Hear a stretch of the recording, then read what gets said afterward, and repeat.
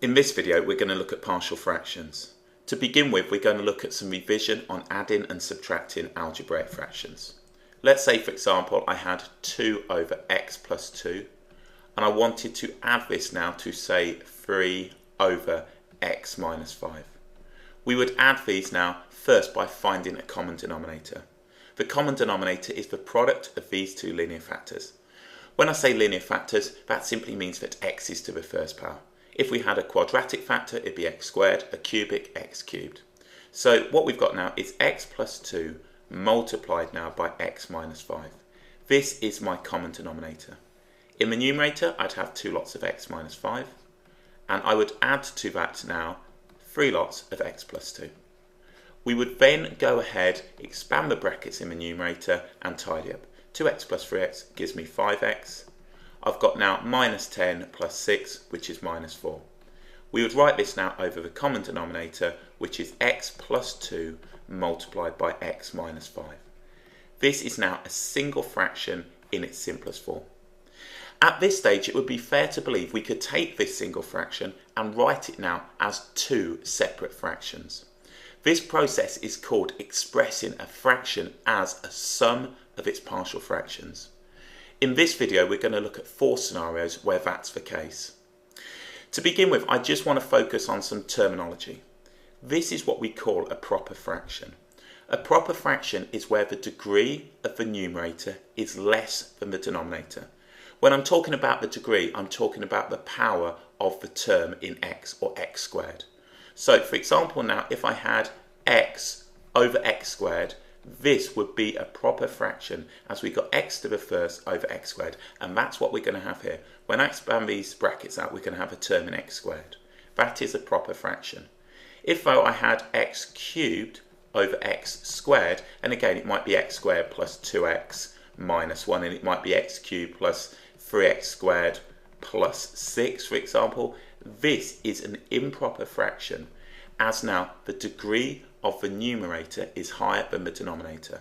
So I've got x cubed as my highest power and x squared in the denominator. If I had now x to the 4th plus 2x plus 1 over now x to the 4th plus x cubed plus 3x squared, this too is an improper fraction, as we've got now x to the 4th and x to the 4th. For it to be a proper fraction, the degree of the numerator must be lower than that of the denominator. What we're going to start off with is scenario 1. Scenario 1 is where we have a proper fraction that has distinct linear factors in the denominator, and this is a perfect example. So we can see that it's a proper fraction. If I expand this out, I'm going to get x squared, and then in the numerator I've got x. So the degree of the numerator is lower than the denominator. We have here now distinct linear factors. So we've got x plus 2 as one linear factor and x minus 5 as another linear factor. At this stage, as stated earlier, it would be fair to believe we could express it in a form such as this. So what we do here is write an identity. We say now 5x minus 4 over x plus 2 multiplied by x minus 5, and we have an identity will hold now when we have a over x plus 2 plus now b over x minus 5, where a and b are values that I'm going to go ahead and find. In general, if we have in the denominator a linear factor of ax plus b, we will have now a partial fraction of capital A over ax plus b, where a is the value we need to find. So this is an identity. An identity holds true for all values. At this stage, I'm going to multiply through by the denominator. So we're going to have on the left hand side 5x minus 4. On the right hand side, we're going to have a. Now, if we consider multiplying through, the factor of x plus 2 is going to cancel, leaving me now x minus 5. If I consider now b, the x minus 5 is going to cancel, and it's going to leave me with the linear factor of x plus 2. So this is the state we're at now. We've got a range of different approaches at this point. I'm going to consider 2. The first one is substitution. The second one is equating coefficients. So at this stage, I'm going to start with substitution. So what I'm going to look at is the method of substitution. Now, I'm going to consider values of x that are going to set either one of these brackets to 0. So if I think now, if I set x to be 5, so I'm going to say let x be equal to 5, and I sub this in, 5 lots now of 5 minus 4 will be equal to a. Now as soon as I put 5 in here, I'm going to get 0, plus b, and then as soon as I put 5 in, I'm going to get 7. As we can see, this now eliminates a. On the left hand side, we've got 21. On the right hand side, we've got 7b. Dividing through by 7, we can see that b is equal to 3. So by finding a suitable value of x, I've simply now eliminated a from this equation right here. Okay, so it'd be logical now to let x be equal to minus 2. So if we let x be equal to minus 2 and we sub this into the left hand side, we've got 5 lots of minus 2 minus 4. Then on the right hand side, we've got a. Now subbing in the minus 2, this is going to give me minus 7, and then b, we're going to have 0. So minus 2 plus 2 is 0. That means that the b term is going to cancel. We have now here minus 14 will be equal to minus 7a. Dividing both sides by minus 7, 2 is going to be equal to a. So we can see now that I can write these as partial fractions. So I know that a is going to be 2, and I know that b is going to be minus 5. So all I do is simply now write this and say 2 over x plus 2 plus now 3 over x minus 5. And we can see that's the case, as that's where we started off. So now we've expressed a single fraction as a sum of its partial fractions. And this is scenario 1. This is a proper fraction now with distinct linear factors in the denominator. So to find my values of a and b, I used the method of substitution. We're now going to look at another method, and the second method I'm going to use is equating coefficients. So what we're going to do is pick it up at this point right here. So if we were using the method of equating coefficients, nothing would change up to this point. We would set up an identity, we would multiply through. If I now consider simultaneous equations here, I can look at terms in x. So if I say now terms in x, what we've got is the following. On the left hand side, I've got 5x. On the right hand side, I've got now ax plus bx. So we can say that 5 will be equal to a plus b. And I'm going to call this equation 1. If we now consider constants, on the left hand side, we've got now minus 4. Then on the right hand side, I'm going to have minus 5a plus 2b, minus 5a plus 2b, and we will call this equation 2. So we've got now simultaneous equations. So if I just double up equation 1, I've got 10 is equal to 2a plus 2b, and if I look at equation 2, I've got minus 4 is equal to minus 5a plus 2b. If I do 1 minus 2, 14 will be equal to 7a plus 0, dividing through by 7, a is 2. We can sub a is 2 back into equation 1 here or here, and we can say now that equation 1, we've got now 5 is equal to a, which is 2, plus b, and we can see now that b is equal to 3. So solving simultaneous equations has allowed me to do this. So with this particular type, when we've got this proper fraction with the distinct linear factors in the denominator, I can use either method. In later examples, we'll see that using both of them, so using them in tandem, is going to be really helpful. So being able to switch between these is an absolute must. So this is now one way of expressing a single fraction as now a sum of partial fractions. When you're doing a question like this, don't just put a and b, put the partial fractions in this form right here. You're simply solving for them. So the take-home message, if you have a linear factor of the form ax plus b in the denominator, then our partial fraction will be a over ax plus b, where a we need to find. So let's have a go at one of those. What we'll do, we'll take now a fraction. So let's have a single fraction, and let's say that fraction was 2x plus 1 over now, and let's go for x squared. Let's say we've got x squared plus x minus 2. The first thing I say to myself now is this is a proper fraction, x and x squared. Now at this stage it looks slightly different to what we had before, but if we consider now this quadratic expression here, we can factor it. So as soon as you have a quadratic expression in the denominator, check to see if you can factor.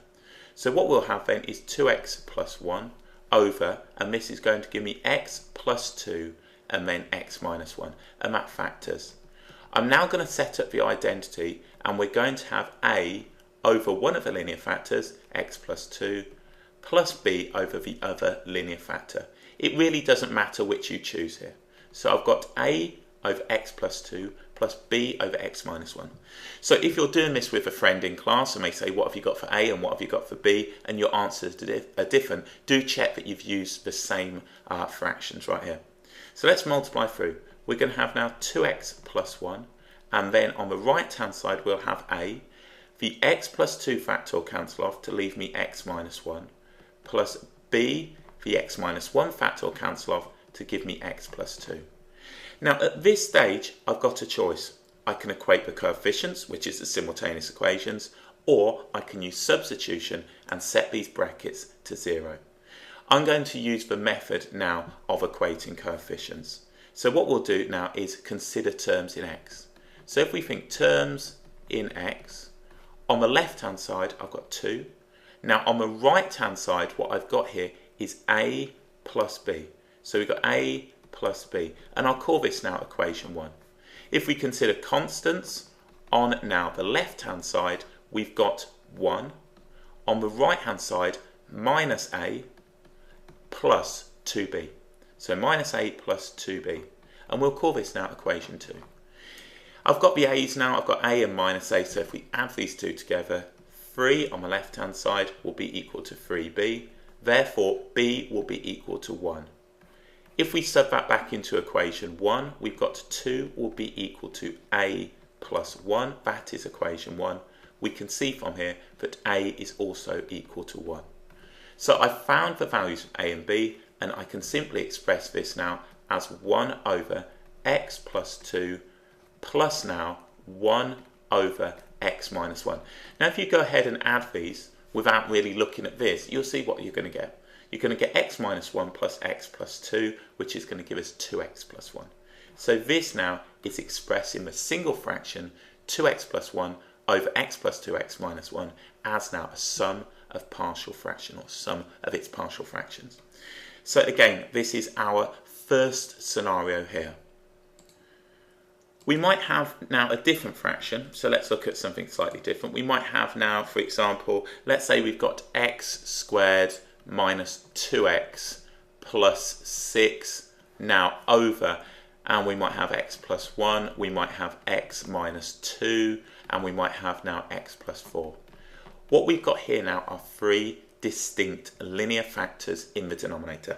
So this is the first scenario again, it's just we got 3 factors. If we consider expanding this out, I'm going to have a term in x cubed, so this will be a proper fraction. X squared over x cubed is going to give me a proper fraction. This time I'd set the identity to a over one of the linear factors. And just to show the a, b and c don't matter, what I'm going to say is a over x plus 4 plus b over x minus 2 and then plus c over x plus 1. So all I would do is go ahead and expand this out. Now if I expanded this out, what we'd have now is x squared minus 2x, well, let's say expand out, multiply out I should say.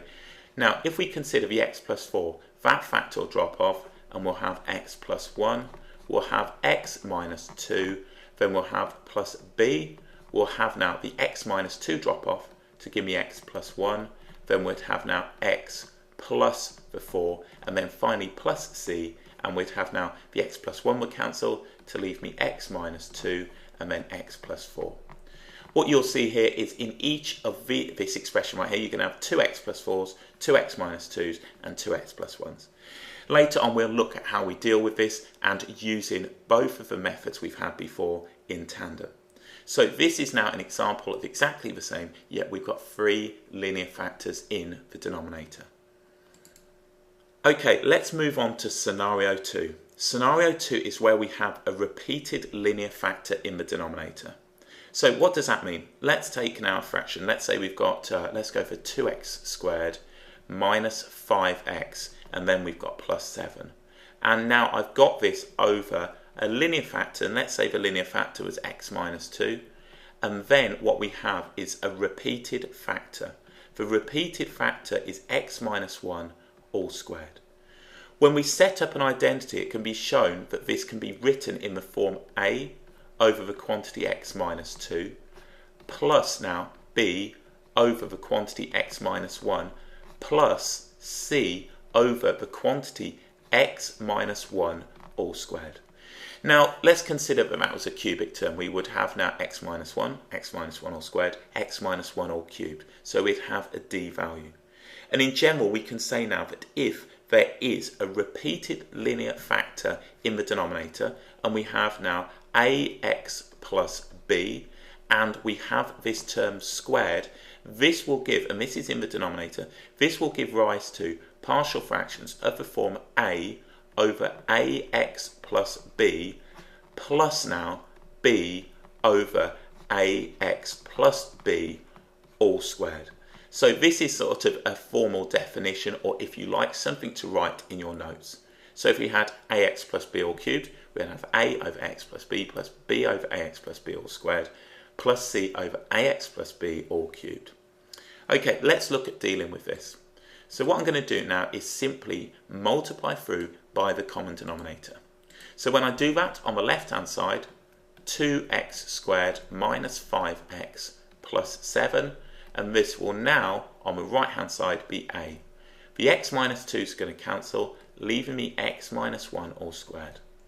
Plus b, one of the linear factors now of x minus 1 will cancel, leaving me now x minus 2 multiplied by x minus 1.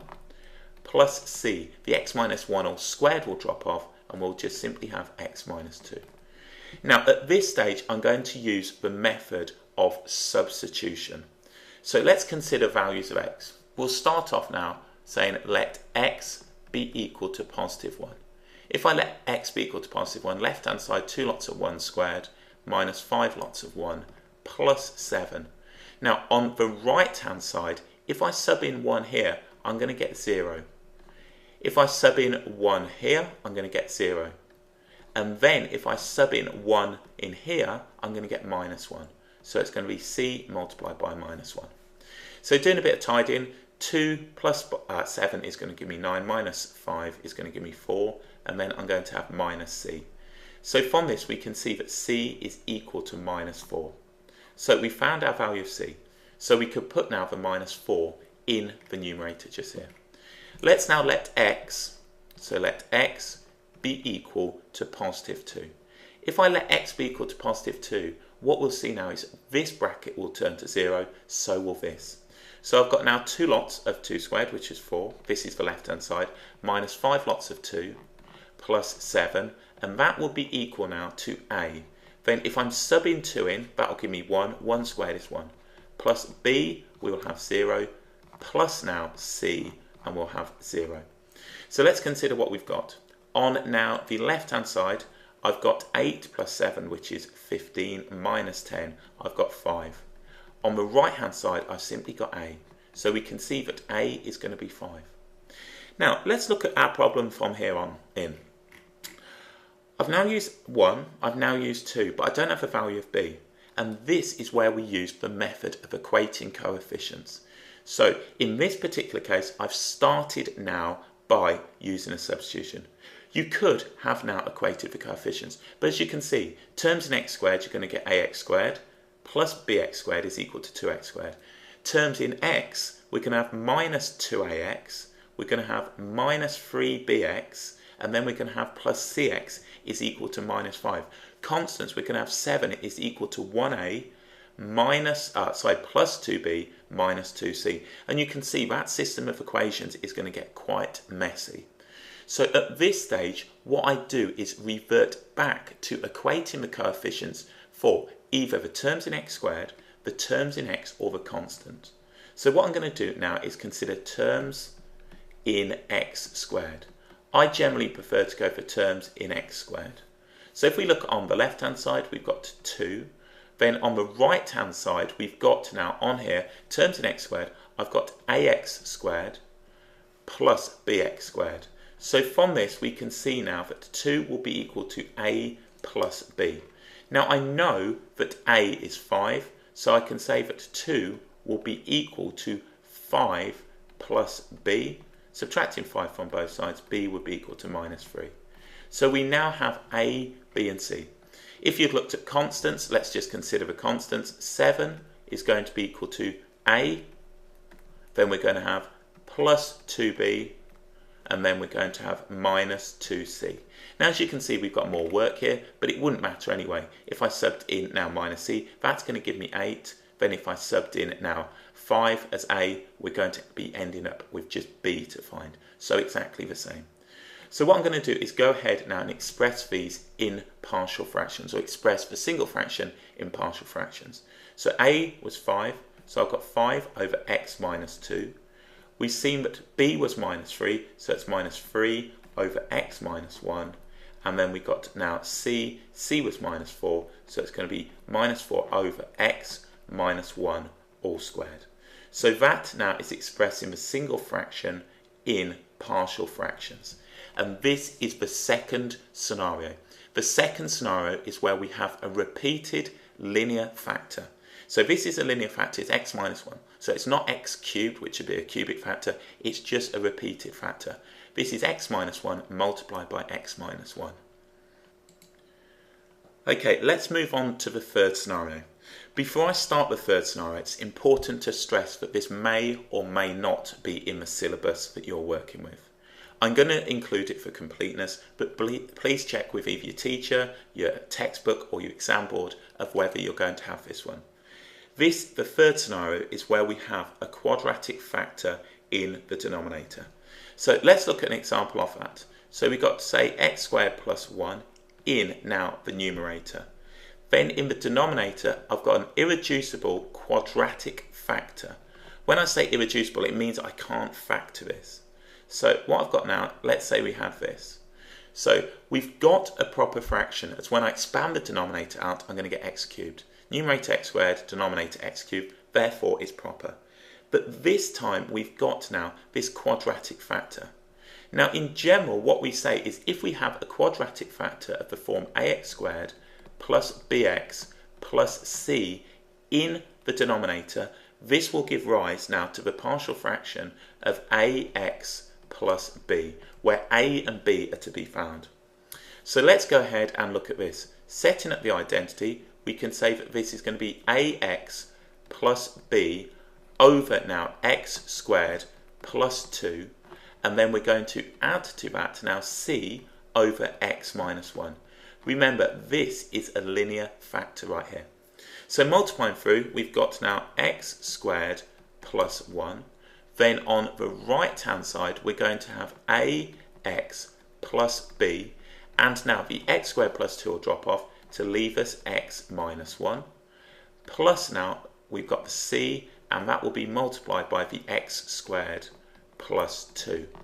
We would go ahead now and solve for a, b and c and express the single fraction as the sum of its partial fractions. Now as you can see straight off, we're going to have an issue if I want to now set this particular bracket to 0, as we've got no value that will do that. Any squared term is going to be 0 or greater. So when we deal with something like this, we could go ahead and look at equating coefficients, but for me, the first thing I do is just let x be equal to 1 with a substitution. So let's deal with this then. Let's say now let x be equal to 1. If I let x be equal to 1, 1 plus 1 on the left hand side, this is going to be ax plus b multiplied by 0, which means this bracket is going to disappear. Plus c, I'm going to have 1 plus 2, so 1 plus 2, so we can see that 2 is equal to 3c, and c is going to be 2/3. So that's now using a simple substitution. At this stage, I'm going to switch back now to equating coefficients. So if I look at terms in x squared, so terms in x squared, consider the left hand side, I've got 1. On the right hand side, what I'm going to have here is ax squared plus cx squared. So I've got now a plus c. So now if we consider subbing this in, I know that c is 2/3, so I've got a plus 2/3. So subtracting 2/3, we can see that a is going to be equal to 1/3. So I found my value of a. Now at this stage, I can consider constants, or I can consider now terms in x. So if I consider now terms in x, let's look at terms in x. So terms in x, on the left hand side, I'm going to have here 0. So 0 will be equal to, now terms in x, I'm going to have minus a plus b. So I've got now minus a plus b. I've got no term in x for c, so all I do is sub this in.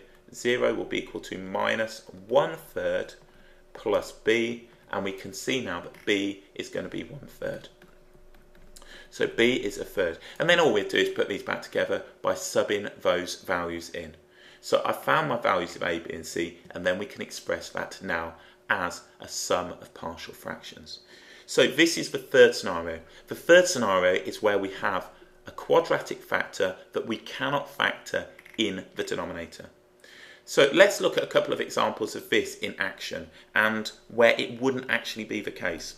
So let's say we've got 2x plus 1 over x squared minus 1.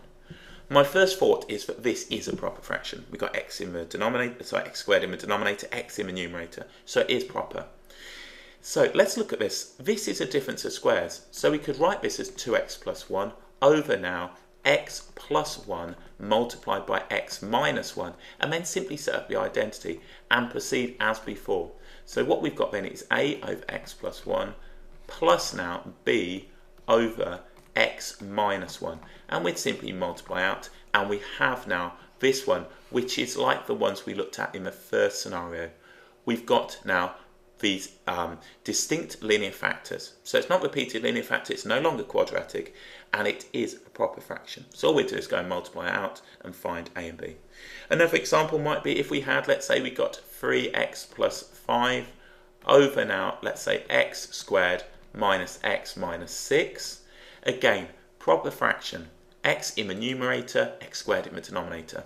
This so we can factor. So we've got 3x plus 5 over now x plus 2 x minus 3, and again we would simply set up an identity. We would have on the right hand side a over x plus 2 plus now b over x minus 3, and we would go ahead and use the techniques that we've already seen. So again, we've got one that we saw in the first scenario. So let's recap before moving on the three scenarios. The first scenario is a proper fraction where we have distinct, so different linear factors in now the denominator. We go ahead and simply set up the identity and find the values of a, b and c, etc, etc. The second scenario, we have a proper fraction and we have a repeated linear factor in the denominator. All we did was set up a third value. If we had b over x minus 1, we'd have c over x minus 1 all squared. Then the third scenario, we had a quadratic factor in the denominator, and we simply set up a partial fraction on the right hand side of the identity, ax plus b over ax squared plus bx plus c, and then went ahead. What we're going to do now is move on to the fourth and final scenario, or if you like the third one, if you're going to exclude this. Okay, let's look at that. Now the fourth scenario is that we have an improper fraction. That is, the numerator is of equal degree or higher than the denominator. So we've looked at all the scenarios. Let's just recap. So if I had now x plus 2 over x squared plus 4x minus 7, this is proper. X over x squared. If I had now x squared plus 2x plus 1 over now x squared minus 3x, this is improper. We can see x squared over x squared. The numerator must be of a lower degree. If we consider now x cubed minus x minus 1 over x squared plus 4x. This too is improper. We've got x cubed over x squared. X to the 4th plus 2x cubed minus 6 over x squared plus 4x, improper. X to the 4th over x squared, improper. In general, when we have problems like this, we use long division first and express now the fraction as a quotient and remainder, or, if you like, a mixed fraction. We then go ahead and perform exactly what we've done before. So let's look at a relatively straightforward example. So if we have now, let's say I've got some value in the numerator. Let's say we've got, let's go for x squared minus 2. And then in the denominator now, I have two linear factors. Say we've got x plus 3, let's go for x plus 3, and x minus 1. Straight off, we can see that this is an improper fraction. If I expanded the denominator, we'd have x squared, and we'd have x squared in the numerator. In a typical question, you might be asked to express this in partial fractions. Now, the benefit of expressing in partial fractions we'll see later on when we start to do work with integration or the binomial expansion. When this is in partial fractions, it's so much easier to integrate, for example. Okay, so let's go ahead and do this. What we can do at this stage now is simply use algebraic long division. So if I consider just expanding this denominator out, I'm going to have x squared, I'm going to have now plus 2x, and then I'm going to have minus 3. So what I'm going to do is set up my long division. Now, I've got x squared minus 2, so I'm going to put x squared plus 0x minus 2. So x squared into x squared goes one time. Or, what's x squared divided by x squared? The answer is 1. We multiply down, we're going to get x squared. We multiply down, we're going to get plus 2x. We multiply down, we're going to get minus 3. Subtracting away, 0 minus 2x plus 1. So we can write this now as a quotient and remainder. So what we've got then is 1, and then our remainder, and I'm just going to rewrite this as plus, and I'll just write it here, 1 minus 2x, and that is going to be over now x squared plus 2x minus 3, which I could write back like so. So what we're going to have is x plus 3, x minus 1. So we've got a quotient and a remainder. All we do is carry out partial fractions on the remainder. So we'll leave a 1 alone. So let's go ahead now and just simply focus on this. So what we can say then is 1 minus 2x over the quantity x plus 3, x minus 1. Now setting up the identity, on the right we'll have a over x plus 3 plus now b over x minus 1. Remember, an identity holds for all values, so we believe that we can write it in this form. So 1 minus 2x on the left hand side, and multiplying through, we're going to have a x minus 1 plus b x plus 3. So exactly the same. Those linear factors are dropping off. At this stage, I can take my choice. I can use the substitution, or I can set now these simultaneous equations up using equating coefficients. Let's now use substitution. So let x be equal now to 1. So if x is equal to 1, on the left hand side we're going to have now minus 1. On the right hand side we're going to have a lots of 0 plus now b lots of 4. So from here we can see that b is going to be minus a quarter. So b is equal to minus 1/4. If we consider now, and we'll have the next one, let's say let x be equal now to subbing in, we need minus 3. So if we consider over here, we're going to have 1 minus 2 lots of minus 3. That's going to give me 7. If we now consider on the right hand side, I'm going to have a, subbing this in, minus 3 minus 1 will give me minus 4. And then plus now b lots of 0. So from here we can see that a is going to be minus 7 over 4.